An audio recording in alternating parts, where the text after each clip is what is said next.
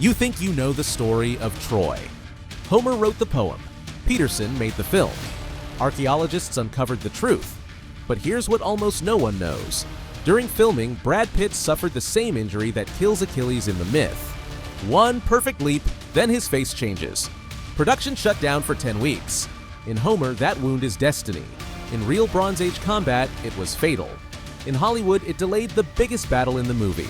Today, we're counting down the 10 weirdest facts about Troy, where myth, history, and a $200 million production collide. And the deeper you dig, the stranger it gets. Number 10. The war might have been fought over a woman who wasn't even there. Some ancient writers insisted Helen never went to Troy at all. In their version, the gods created a phantom, a perfect copy. And that's what Paris carried across the sea. The real Helen, safe in Egypt the entire time.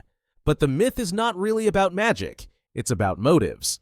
Euripides used the phantom Helen to expose a truth he believed, the truth that men like to pretend they're fighting for something noble, like love, loyalty, or romance, when the real reasons are typically far less flattering. And here's where it gets interesting. Did Homer buy an illusion? Did he lie? In the Iliad, Helen is physically in Troy because Homer wanted a visible, noble cause, something poetic, human, and tragic to hang a war on. Was Homer right about the motives for the war? Peterson held to an interpretation more similar to Euripides.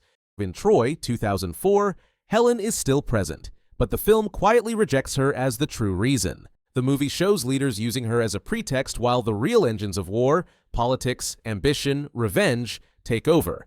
Archaeology can't solve this mystery, because even if Helen was real, even if there was a Greek queen who ran away with a Trojan prince, there's no way to prove it from ruins and bones. Which raises the real question. If Helen wasn't the reason, what was? We will come back to this question later. Don't leave me. How could you love me if I ran now? Number 9. The Trojan horse isn't even in the Iliad. Moving on from Helen, let's go to the most famous moment of the entire war, the one detail everyone remembers. The Trojan horse. Except Homer never wrote about it. The Iliad ends before the city falls, and that giant wooden horse?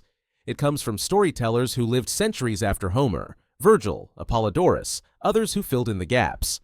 Modern scholars now think it might not have been a literal horse at all. Some believe it was a metaphor for a battering ram, a siege tower, or even an earthquake that cracked Troy's defenses and let the Greeks pour through. Hollywood gave us wood and wheels. Archaeology gave us shattered walls. And the poem, it just stops. The truth is, the most iconic image from Troy's fall might be the one thing that never actually happened the way we think it did. Number 8. Troy was not one city, but 9. Here's where the poem and the archaeology start pulling in different directions. When archaeologists dug into the ruins at Hisarlik in Turkey, they didn't find one Troy. They found 9 stacked on top of each other like layers in a cake. 9 different cities built over thousands of years, each one rising from the ashes of the last. The oldest dates back 5,000 years. One layer matches the time period Homer wrote about. Another shows burn marks, broken walls, and signs of violence. So, when we say Troy fell, which Troy? The one from the ancient poem, the one destroyed around 1180 BCE, or one of the earlier cities that vanished centuries before? Brad Pitt's Troy was built on Malta and Mexico, temporary movie sets designed to be torn down after filming. But the real Troy kept being rebuilt over and over for 3,000 years. Each layer tells a different story, and somewhere in those layers is the war that became a legend. Number 7. Achilles may not have been a single man. Bronze Age graves across Greece contain armor, weapons, and warrior burials that echo parts of Achilles' story, but none of them are him. Scholars now believe the greatest hero of the Trojan War might be a composite, a fusion of dozens of real fighters whose deeds blurred together over centuries of oral storytelling. One warrior's speed, another's strength. A third's famous death, all combined into a single myth. Brad Pitt gave Achilles a face and a body, 6 months of training, 4 protein meals a day, 0 carbs. He turned himself into a bronze statue, but in that one leap during the fight with Boagrius, his Achilles tendon snapped.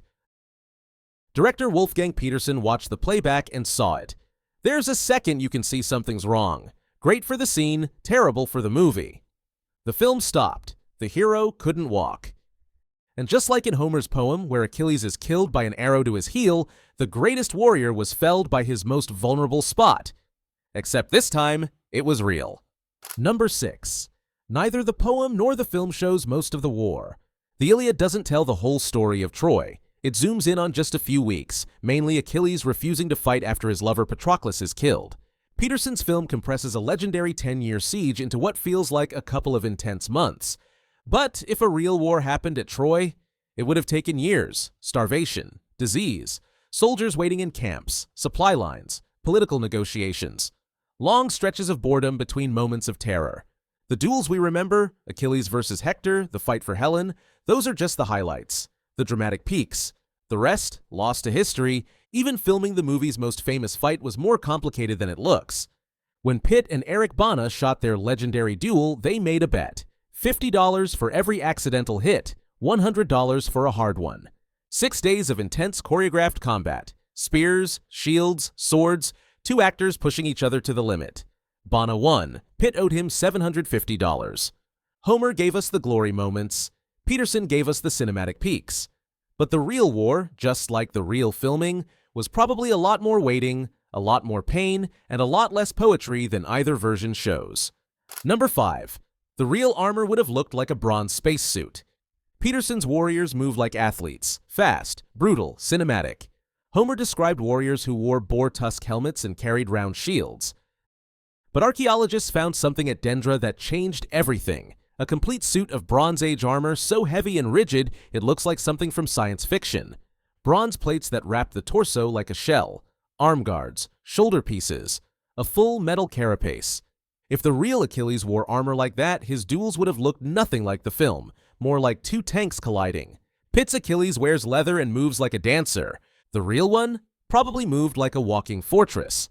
Number 4. The war makes more sense as a fight for trade, not for love. Here's where Helen stops being the answer and starts being the cover story.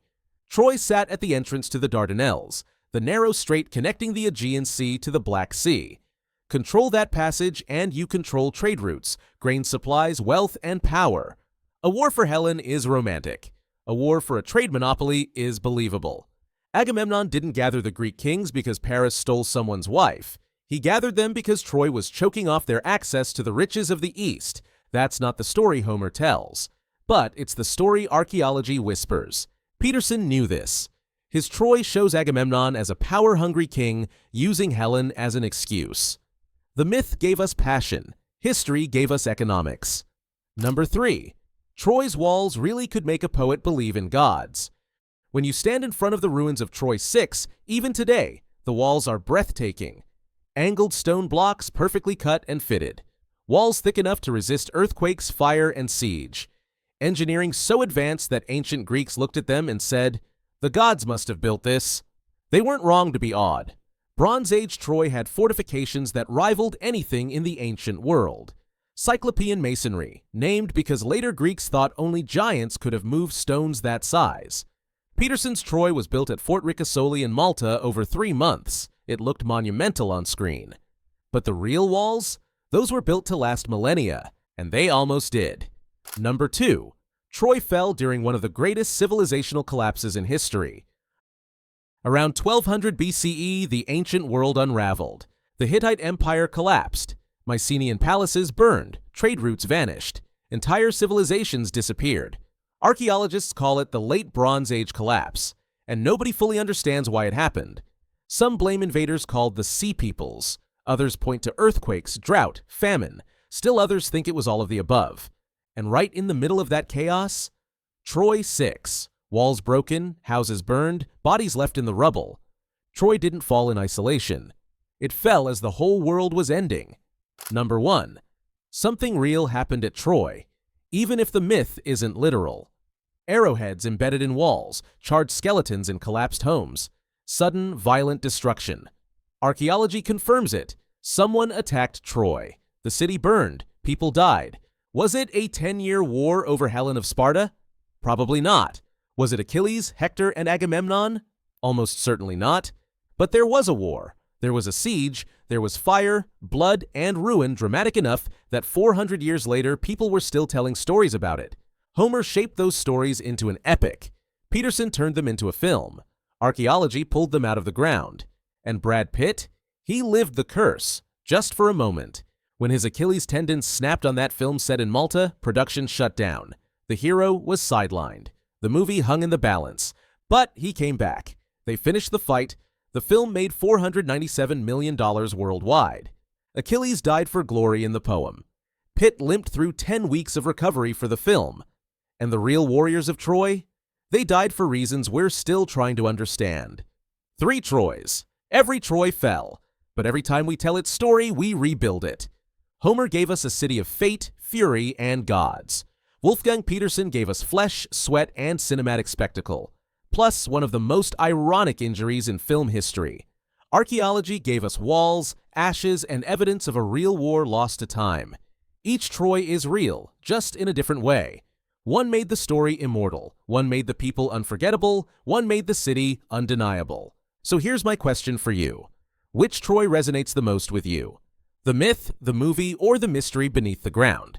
Tell me in the comments. And if you love discovering how Hollywood, history, and legend collide, you need to see what we uncovered about the 10 Commandments.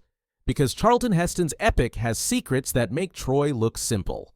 Click here to watch. The ancient world has more buried truths than you ever imagined. Let's keep the legend alive.